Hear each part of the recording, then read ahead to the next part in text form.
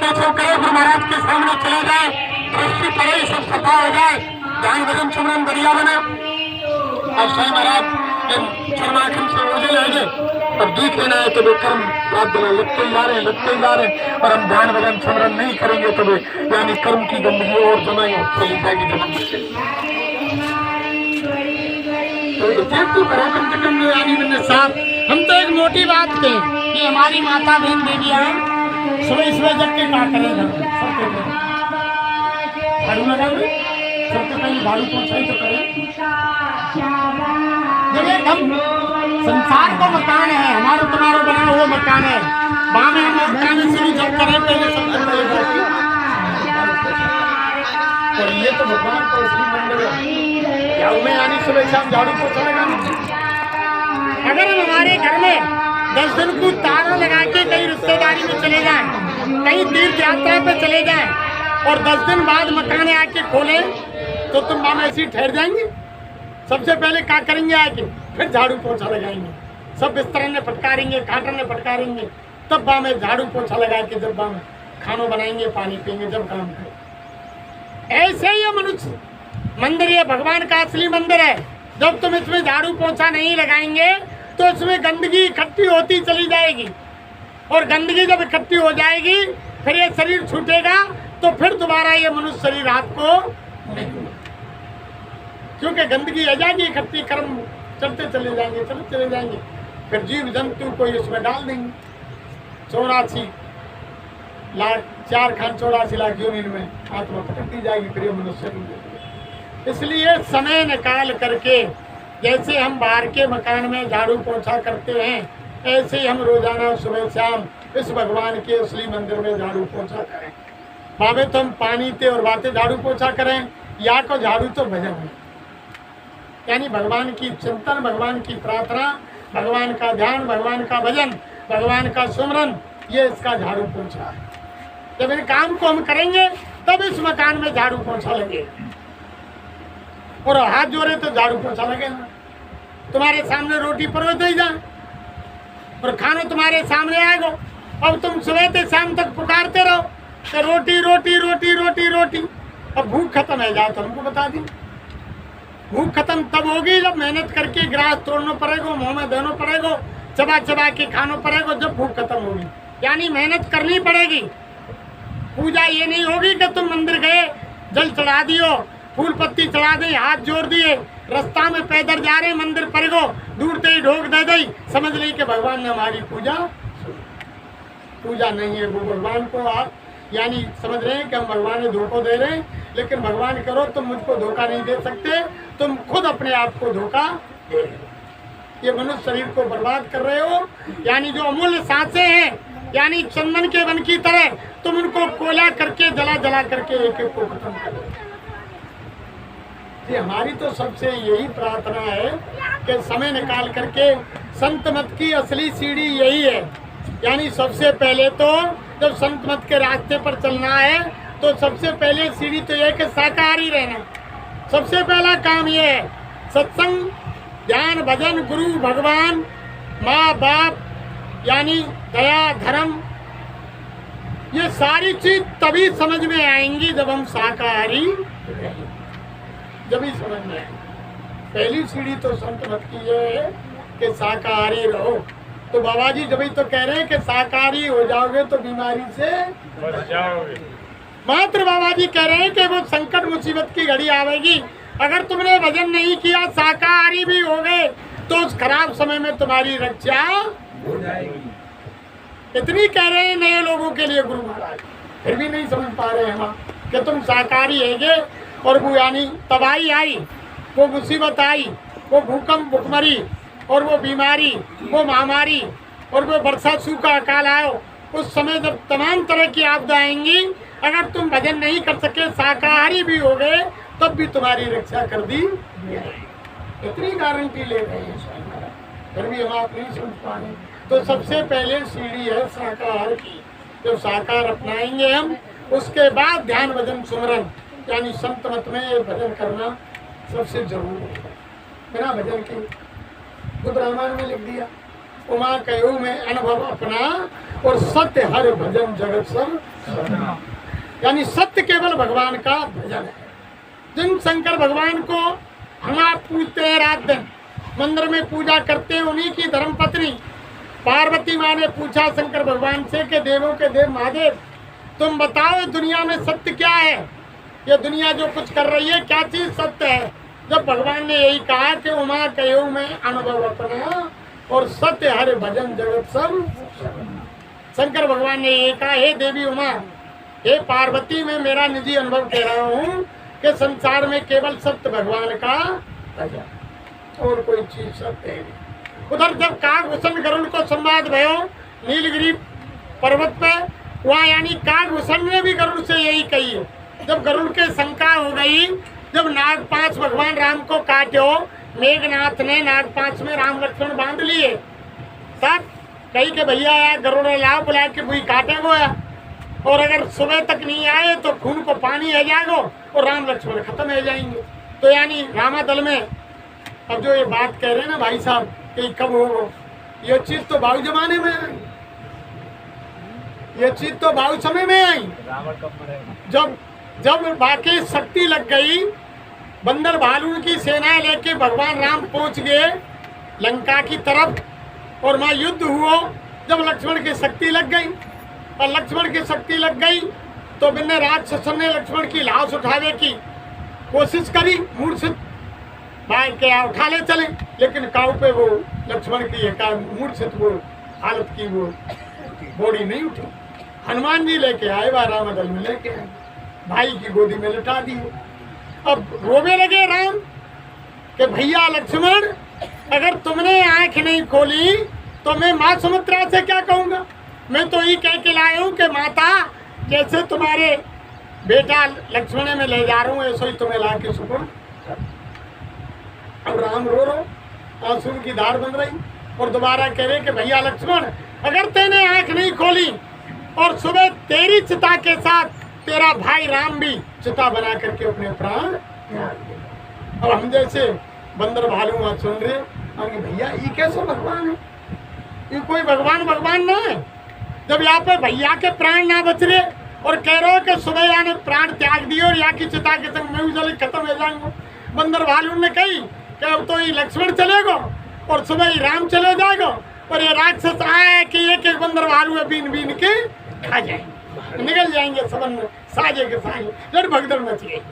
But कोई जन कितने सेना पारण की कंदरान में जंगल में जाके छिप गई। ये लिखत पढ़त की बात है, जंगल में छिप गई।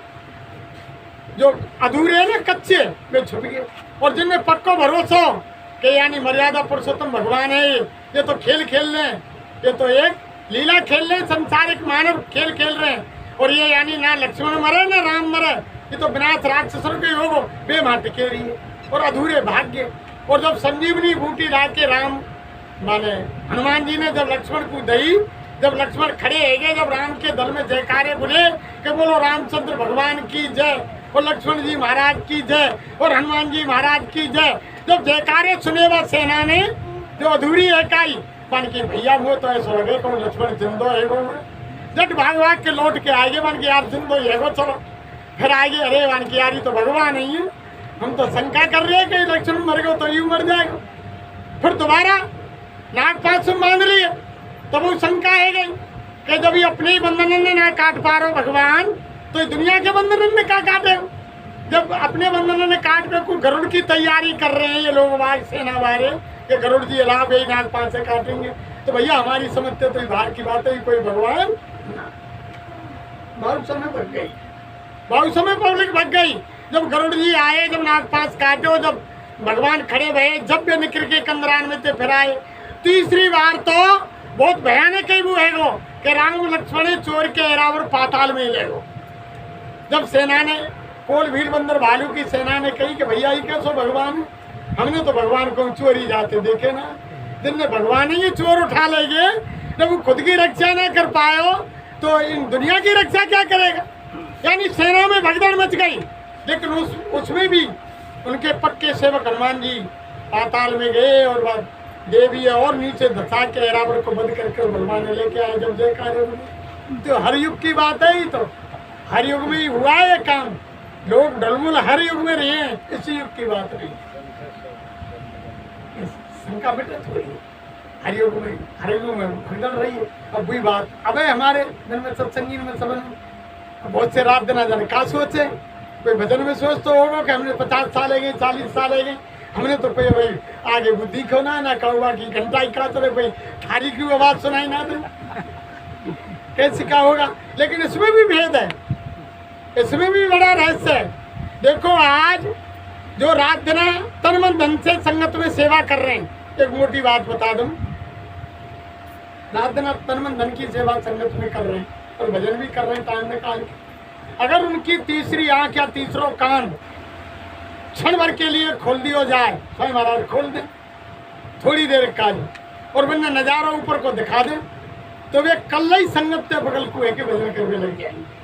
संगत को कोई काम क्यों कि हमें तो कुछ ही ना है यार, ये तो बहुत बड़ी चीज है। और संगत को काम सारा अधूरा पर हो।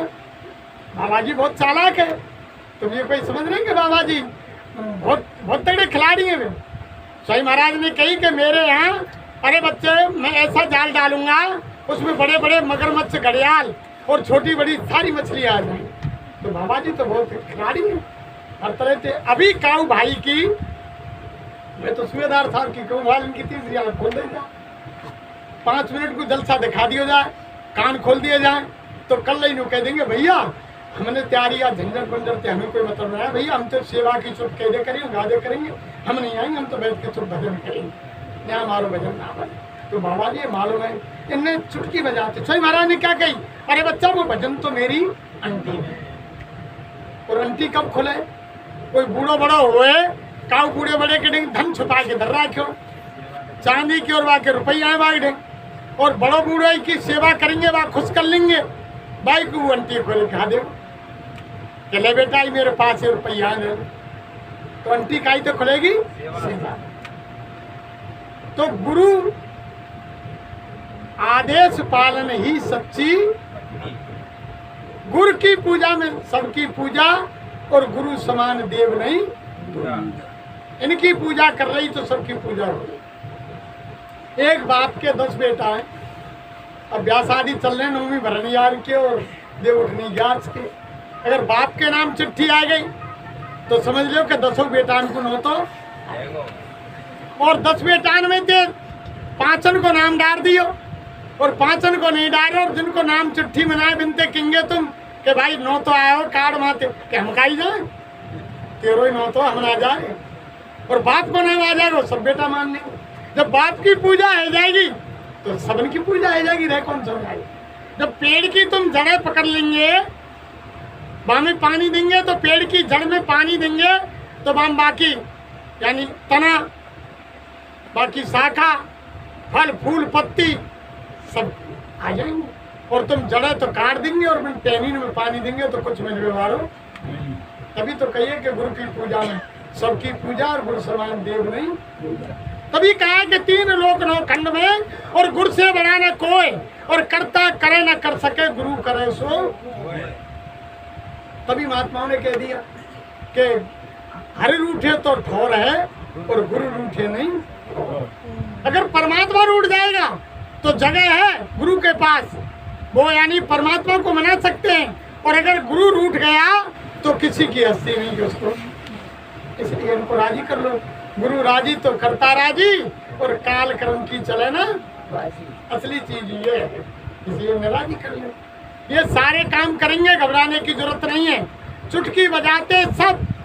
स्वामी महाराज ने कहा कि मैंने जिनको नामदान दिया है, अगर मेरा एक भी जीव नामदानी धरती पर रहेगा तब तक मैं जमीन पर। ये स्वामी महाराज के वचन है, मैं नहीं कह रहा हूँ, मैंने कानों से सुने हैं, कोई किताब ना पढ़ी मैंने। स्वामी जी ने खुद ने कही है कि जिन जीवों को मैंने नामदान दिया है, और जब तक मेरे नामदानी जीव एक भी जीव अगर धरती पर रहेगा तो मैं धरती पर, जब तक वो जीवात्मा वाणी पहुंच जाएगी तब तक मैं जाने वाला नहीं। कोई छोटी मोटी ताकत थोड़ी है, और जय गुरुदेव नाम तो इतना बड़ा फुल पावर है, बहुत बड़ी ताकत है, छोटी मोटी ताकत नहीं। और लोगों ने भरोसा ना भाई देखो ना प्रचार, छोटी मोटी ताकत नहीं जिन्हें प्रचार आए क्यों दिन में मालूम है कि क्या शक्ति है? कोई शक्ति नहीं है इसके आगे। सारा विश्व चिल्लाएगा। अब तो राजी से कह रहे हैं कि बोलो बोलो, लेकिन जबरन चिल्लाएंगे सब लोग, सारा संसार चिल्लाएगा, घर घर पर झंडा जय गुरुदेव का होगा, पूरा विश्व चिल्लाएगा। इतना बड़ा इस कलयुग का कल्याणकारी नाम जय गुरुदेव। इसलिए तभी तो हम कह रहे हैं कि भाई अभी के वो पार लो। पेंटर भैया कह दिए कि वो कोई वो प्रजापत है का है, गधैया लेके और वहां जा रहो राजा के दरबार। पहले तो वो गाड़ी दे के चलो, हम डंडा दे के मट्टी वट्टी धोवे। अब राजा के मैं कुछ काम कर लूँ गदानते, पहले ऐसे साधन ना आए, गदानते मट्टी ईंट सब हमारे गांवों में डुबई बट्टन पे थे। अब वो रास्ता में कह रहा हूँ कि चल मेरी बहना, चल मेरी बुआ, चल मेरी जीजी। अब वो रास्ता में कैद जा रहा हूँ और तना गाड़ी दे गदैया नहा के। अब एक जना आओ कि भैया तू इन देखा कह रहा हो कि भैया और दिना तो मैं यहाँ वैसे ही काम करो, आज राजा के दरबार में जा रहा हूँ, अगर वहाँ कोई अंटसन शब्द निकल गो तो राजा फांसी पे चढ़ा देगो। या कमार में पहले तो ही आदत बना रहा हूँ कि चल मेरी बुआ, चल मेरी जीजी, चल मेरी अम्मा, ये पहले ही आदत पार रहा हूँ जाते कोई गलत शब्द नहीं निकले। इसलिए महात्मा कह रहे हैं कि पहले ही खराब समय से पहले आदत पाल लो, जय गुरुदेव बोल लो, जब वो समय आएगा जबान से नहीं निकलेगा। जो रामायण में लिखा हुआ है कि कोट कोट मुनि यत्न कराई और अंत नाम कहीं आवत नहीं। ऋषि मुनियों ने जन्म पर जन्म धारण किए, लेकिन जब वक्त आया अंत में उनको वो नाम नहीं मिला। इसलिए बाबा जी कह रहे हैं कि नाम को रटन कर लो, उसको पका लो। जब 24 घंटा तुम जय गुरुदेव बोलेंगे तो वही तुम्हारे सामने आएगा। वो बूढ़े बड़े की कहावत क्यों तो आते हैं कि कोई बूढ़ो बड़ो यानी अंतिम समय आएगा वाको, जब मैंने तमाम आदमी लायक खड़े कर दिए जिनके भगवान पे नाम है, हर किशन राधे श्याम यानी हरि विष्णु राम निगम लायक ठाड़े कर दिए। मान की दादा यार जाने तू बाको नाम नहीं ले, फलाने को छोड़ा है, वो नाम भगवान को नाम नहीं है, फलाने को छोड़ा है। फिर मैंने कही ऐसा करो, इनके तो बापन के नाम बता दे, कहो के बाबा के नाम बता दे, ऐसा करो हर है ना हर, या का नाम बताओ या छाती पे धर दो हरा ला के, जब तो हर बोलेगा खेत जोत में भर ला के भाई छाती पे धर दियो बूढ़े बड़े की, जैसे हर धरो मान के या लाकड़ा हटा दो, काय पटक रखो लाकड़ा मेरे ऊपर, जब वो हरवाने जब उन्होंने कही हरा हटा दो, जब उन्हें करो लाकड़ा का ही पटक दो मेरी छाती पे लाकड़ा हटा, तो ये नाम ऐसे नहीं आता। इसलिए पहले अभ्यास कर लेंगे। महात्मा कहते हैं कि जहाँ आशा तहाँ, जहाँ तुम्हारी आस लगी होगी वहीं बास मिलेगा। तुम जल में पूजा करेंगे तो जल के जीव को जन्म मिलेगा। तुमने लोमस ऋषि की कहानी ना सुनी? लोमस ऋषि ने बहुत लंबे समय तपस्या करी। लोमस ऋषि ब्रह्मा जी के पुत्र और उन्हें यानी ब्रह्मा जी से वरदान मांगे जाके उनने कि महाराज तुम वो अमर कर दो, मान की बेटा अमर तो यार दुनिया में कोई है ही ना, तू उम्र ले सके कि तो को लंबी ले ले, लेकिन जो यहाँ जन्म लियो है जिसने बा या दुनिया में ते जानो पड़े। जब उम्र मांगी मान की मेरे शरीर में जितने रोम हैं एक कल्प बीत जाए, जब मेरे एक रोम, अब लगा रहे हो कितने रोम है कितने बाल है पूरे शरीर में, एक कल्प बीत जाओ जब एक रोम गिरा हो, और एक कल्प कितने बड़ा हुए, सतयुग त्रेता द्वापर और कलयुग 17,28,000 बरस। और साहब इनकी सवन की और फिर 12,096 त्रेता और 8,64,000 वर्ष को द्वापर और 4,32,000 वर्ष को कलयुग। इन सवन की जोड़ के जाने कछु ऐसी है रही है 30 के।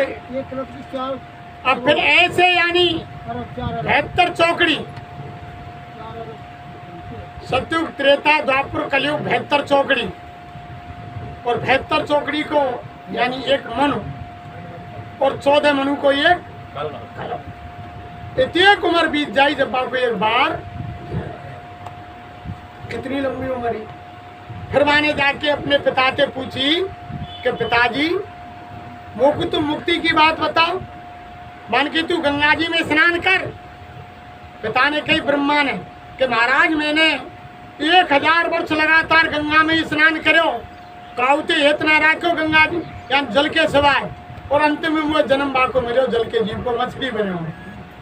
जहाँ आशा था महाराज को ऐसी जगह बताया जा। अरे कि तुम बाको स्वामी जी के नाम को पेड़ जो घर में पूजा करें या की पूजा कर कि महाराज मैंने 10,000 वर्ष करी लगातार, और जब वो जन्म मिलो जो पेड़ को मिले। फिर वहां में तमाम बताए एतवार को व्रत करो, शनि को करो, भूस को जन्म मिलो, माखी को जन्म मिलो, ख्यान खजूरी को जन्म मिलो, पूरा इतिहास दियो वहां में सारी चीज को। 11 को जन्म व्रत कियो जब पू जन्म मिलो। 10,000 वर्ष किया था लगातार लोमस ऋषि ने। जब फिर पूछी कि पिताजी कोई ऐसी युक्ति बताओ जाते मेरी मुक्ति होए। जब ब्रह्मा ने यही कही कि लोमस ऋषि में कहूँ बिचारा और संत शरण के हुए। कि लोमस ऋषि में विचार कर कहता हूँ कि संतों की शरण में जा, और कोई मुक्ति का दूसरा उपाय नहीं। और कोई उपाय नहीं, मुक्ति का कोई उपाय है ही नहीं। जहाँ तुम अगर धन में लालच रखोगे तो तुम घर में ही सर्प का जन्म लोगे, धन के ऊपर बैठ जाओगे। और तुम घर में यानी संतान में, परिवार में तुम्हारी लालसा बनी रहेगी, तो वहीं तुम्हारे जानवर है, भैंस है, गाय, कुत्ता है, उनमें ही जन्म मिल जाएगा, वहीं तुम घर में आ जाएंगे, दूसरी जगह नहीं जाएंगे। यानी जल में तुम आस रखेंगे, जल के जीव को जन्म मिल जाएगा, पेड़ में आस रखेंगे, पेड़ को मिल जाएगा, पत्थर में रखेंगे तो पत्थर को जन्म मिल जाएगा, लेकिन जीव की मुक्ति नहीं। जहाँ आशा तहाँ केवल मुक्ति तो संतों के दरबार में मिलेगी, और कोई दूसरी जगह है। इसलिए महात्माओं के बताए हुए रास्ते पर चल पड़ो, समय निकाल के भजन कर लो, और भजन करेंगे तभी काम होगा। और ये तो शंका हमेशा भगवान कृष्ण को लोगों ने कब पहचाना, कितने आरक्षण लगाए। भगवान कृष्ण को चोर कहा, ग्वारिया कहा, बदमाश कहा, लोग नहीं पहचान पाए, मार मार के मथुरा से द्वारका भगा दिया। लेकिन जब धरती से चले गए, जब लोगों ने पूजा करी, भगवान राम को 14 वर्ष का वनवास दे दिया, लोग नहीं पहचान पाए। यानी ये मृतलोक है, यहाँ जब धरती पर शक्तियाँ आती हैं तब लोग उनको नहीं पहचान पाते, नकार देते हैं। लेकिन जब अपना काम करके धरती से चले जाते हैं तब लोग उनकी पूजा करते हैं। ये मृतलोक है, या मरे की पूजा करते हैं, जिंदे की नहीं। जब मर जाए जब पूजा करें। बाप मैया की देख लो तुम, बूढ़े बड़े घाट में गिर जाएगो तो समय से ना रोटी देंगे ना पानी देंगे, और मर जाएगो जब तस्वीर बन जाएगी, दीवार पर लग जाएगी, अलमारी में धर जाएगी, जब पूरा परिवार रोज अगरबत्ती घुमावेगो, घी को दीपक जलावेगो, और लंबलेट है कि हाथ जोड़ेंगे कि हमारे माँ बाप है। तो हमारे गुरु महाराज ने कही कि जीवित पे राखी दंगम दंगा, और मरे पे पहुँचायो गंगा, और जिंदे को गुर की डरी ना दिखाई, और मरे पे नौमन खान। ये संसार का उसूल है। बूढ़ो बड़ो रोटी ना जम रही, हलवा की कह दे के एक हलवा बना दो 100 ग्राम, जब तो नहीं कर देंगे। कि छोरान को तो जो स्कूल जा रहे बच्चा, उनको तो चीनी और घी ना है, और आप बूढ़े को हलवा चाहिए, वो मर जाएंगे जब 10 बोरी ने करा देंगे, जब 10 पीपा आ जाएंगे घी के। तो ये तो संसार का उसूल है। लेकिन महात्मा कहते हैं कि जीते जी का सारा मेला शान और ये शौकत है, जीते जी के रंग महल है, जीते जी की रौनक है, और ना कुछ लेकर आया बंदे ना कुछ लेकर जाएगा। ओ नदामत वाले इंसान मिट्टी में लाज जलेगी नंगी तेरी भंगी कफन उठाएगा, ओ नदामत वाले इंसान मिट्टी में। इसलिए क्या करना है कि और लोगों संत शरण में काम यही एक आएगा, और ये नर तन अनमोल मिला है बार बार। और लोगों संत शरण में काम यही है।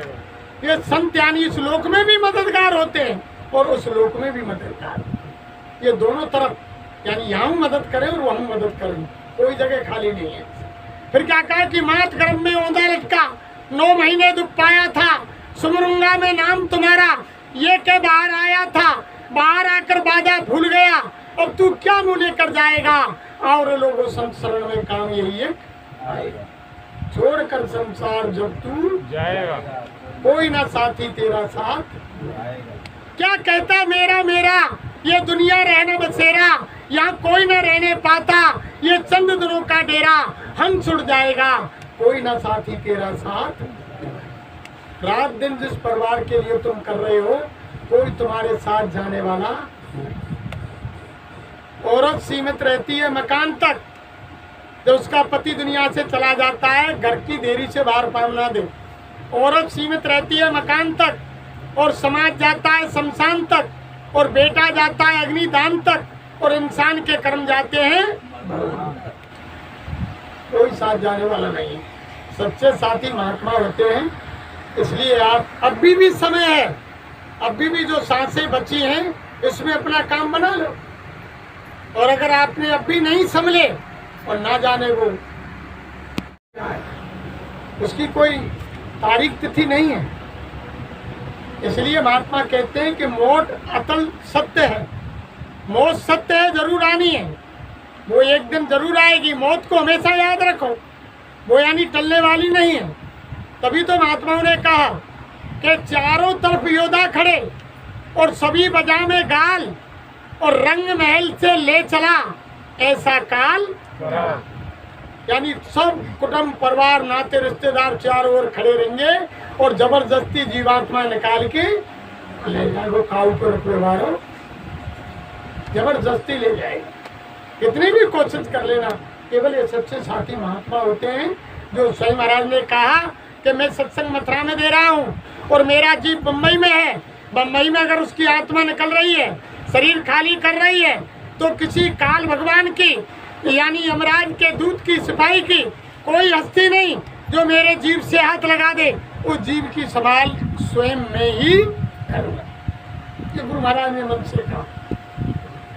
महात्माओं की अपनाई हुई जीवात्मा से कोई हाथ नहीं लगाता है। कोई यम का दूत, यम का सिपाही, कोई यानी काल भगवान की शक्ति उनके नजदीक नहीं जाती है। गुरु महाराज की जीवात्मा को गुरु महाराज ही संभाल करते। इतना पावर है इनके अंदर, छोटी मोटी ताकत नहीं। इसलिए आप समय है वो क्या हो गया, 1.5 घंटा हुआ है।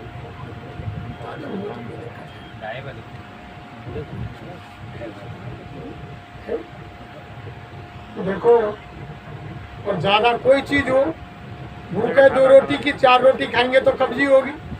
अब इतना सुनो, आइए घर जाके मनन करो और आगे को याद आ तो जाएगा और पीछे के भूलते जाएंगे। तो सारी चीज यानी हजम है जाए उतना ही खाना चाहिए। कोई चीज हो, अच्छी चीज है तो ये थोड़ी कह देगी कि मिठाई बन गई आज भंडारे में तो आधा तुम नहीं खाओ, अपच हो जाएगा, कब्जी हो जाएगी, उल्टी होगी। इसलिए उतना ही खाओ जितना फंस सके।